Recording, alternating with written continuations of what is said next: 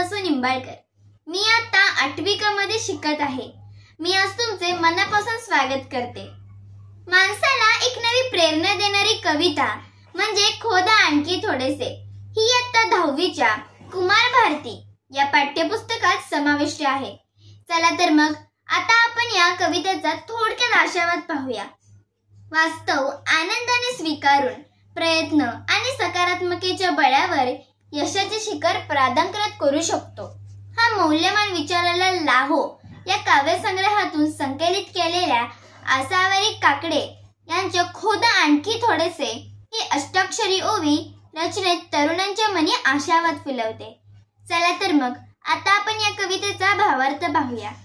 निराश होऊ नकोस, जमीन खणत राहा, आणखी थोडेसे खोद, जमिनीखाली नक्कीच तुला काहीतरी सापडेल। जिद्दीने प्रयत्न कर, जीवन जगताना हिम्मत सोडू नकोस रे। सर्व माणसे स्वार्थी नसतात, काही प्रामाणिक माणसेही जगात असतात। हा विश्वास मनात असू दे बघ। ओठ घट्ट दाबून दुःख सहन करू नकोस, अबोलपणे वेदना सहन करू नकोस। आत खोल मनात प्रत्येकाचं एक तरी गाणे दडलेले असते, ते तू शोध। झाडावर मूकपणे गळणाऱ्या पानातही जन्मभराची वेदना साठलेली असते।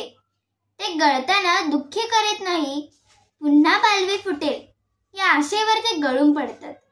मुठीत काहीच नसताना उगाच ती भरलेली आहे असे म्हणू नये। म्हणजे स्वतःकडे काही सत्ता, संपत्ती, वैभव नसताना ते असल्याचा बडेजाव मिरवू नये। जे नाही त्याची हाव धरू नये। उलट उघड्या ओंजळीत मनात असलेली तळी व त्यातील गारवा धारण करावा। मनात जो ओलावा आहे त्यामध्येच आनंद घ्यावा, तीच आपली समृद्धी समजावी। खोलवर आणखी थोडेसे मातीत खण, म्हणजे तुला तिथे निर्मळ झरा मिळेल। तीच तुझी जिद्द असेल बघ। उमेदीने जगण्यासाठी मनाची शक्ती ही आवश्यक असते, म्हणून समृद्ध जगण्यासाठी आत्मबळ गरजेचे असते। प्रयत्नवादी राहणे आवश्यक असते। कवितेचा विचार। जीवनात खूप कष्ट उपसावे लागतात, तरीही अनेकदा यश हुलकावणी देते। कधीही प्रयत्न केल्याबरोबर व कष्ट केल्याबरोबर लगेचच यश मिळते असे नसते। याचमुळेच तर माणूस नाउमेद होतो। असे माणसाने कधीच नाउमेद होऊ नये बघ। सतत प्रयत्न करीत राहावे, आपल्याला यश मिळेलच अशी इच्छा बाळगावी, असा विचार या कवितेतून व्यक्त केला आहे। या कवितेतून मिळणारा आपल्याला संदेश खोदा आणखी थोडेसे या कवितेतून आसावरी काकडे यांनी माणसाने सतत खोलवर जगण्याची, जिज्ञावृत्ती ठेवण्याची व कर्तृत्वावर विश्वास ठेवण्याची शिकवण दिली आहे। या कवितेतील विचारांची सध्याच्या काळात खूप गरज आहे बघ। स्वाभिमानी आणि मेहनतीची भावना वाढवण्यासाठी आजच्या स्पर्धात्मक युगात पटकन यश मिळण्याकडे कल वाढला आहे, परंतु खोलवर विचार करून अभ्यासपूर्ण प्रामाणिक प्रयत्न केले तर खरे यश मिळते बघ। हेही ही कविता शिकवते। गांभीर्याने विचार करण्याची आवश्यकता, हलक्या फुलक्या पद्धतीने वरवरच्या गोष्टी समजून घेऊन पुढे जाण्यापेक्षा जीवनातील प्रत्येक घटकाचा खोल अभ्यास, चिंतन आणि विश्लेषण करणे आवश्यक असते बघ।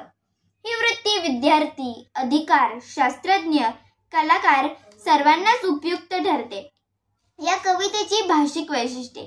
प्रत्येक चरणात 8 अक्षरे, दुसऱ्या व चौथ्या चरणात यमक आणि प्रत्येक कडव्यात 4 चरण अशी या ओवीची रचना असते। कवितेला आपोआपच गेयता लाभली आहे बघ। नादानुकूल शब्दकाळ व अघोवती यामुळे कवितेला सौंदर्य प्राप्त झाले आहे।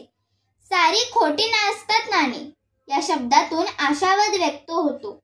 संपूर्ण कविताच ही आशावादाने भरलेली आहे। मरणाचे कष्ट घ्या, प्राण गेले तरी चालेल अशा शब्दातून प्रयत्न करायला सांगितले तर माणसाला दडपण येते। जरासा प्रयत्न कर, थोडेसे कष्ट घे असे सांगितले की माणूस कष्ट करायला सिद्ध होतो। या कवितेतील प्रत्येक कडव्यातील शेवटच्या 2 ओळी मनात एक नवीन उमेद निर्माण करते। कवितेतील विचार व आजची सद्यस्थिती।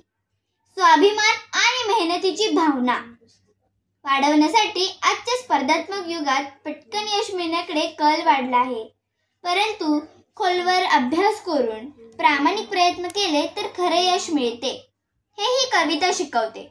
गांभीर्याने विचार करण्याची आवश्यकता. हलक्या फुलक्या पद्धतीने वरवरच्या गोष्टी समजून घेऊन पुढे जाण्यात काहीच अर्थ नाही. त्यापेक्षा खोलवर अभ्यास, चिंतन आणि विश्लेषण केले हे आवश्यक ठरते बघ. ही वृत्ती विद्यार्थी, अधिकार, शास्त्रज्ञ, कलाकार सर्वांनाच उपयुक्त ठरते. चुकीच्या मार्गाने स्वीकारता योग्य मार्गासाठी संघर्ष करण्याची प्रेरणा. चुकीच्या मार्गाने स्वीकारता योग्य मार्गासाठी संघर्ष करण्याची प्रेरणा. आज शॉर्टकट घेतल्याने नैतिकता, मूल्य व्यवस्था धोक्यात येते. कविता सांगते की खोदून म्हणजेच प्रयत्नपूर्वक, चिकाटीने, सखोल प्रयत्नांनीच समाधानकारक फळ मिळते. शाश्वत विकासाची गरज. शाश्वत विकासाची गरज शिक्षण, करिअर, नाती यामध्ये खोलवर विचार, सखोल, संवेदनशील आणि दृष्टी यावर आहे. वरवरची चमक टिकत नाही रे. हे शिकवण सध्याच्या घाईच्या काळात अत्यंत महत्त्वाचे ठरते. मूल्याधिष्ठ ती जीवनाची प्रेरणा. कवयित्री सांगते की मातीमध्ये हे पाणी आहे, परंतु खोदल्याशिवाय ते मिळत नसते रे. तसेच माणसामध्येही क्षमता, ज्ञान, प्रेम असतं, पण ते जागा करण्यासाठी स्वतःवर काम करणे हे गरजेचे असते. या कवितेतून मिळणारा आपल्याला सारांश. खोदा आणखी थोडेसे. या कवितेतील प्रयत्न, सखोलता, आत्मशोध आणि प्रामाणिक कष्टाची शिकवण आजच्या गतिमान, तंत्रप्रधान, वरवरच्या आकर्षाने भरलेल्या जगात खूपच आवश्यक आहे बघ.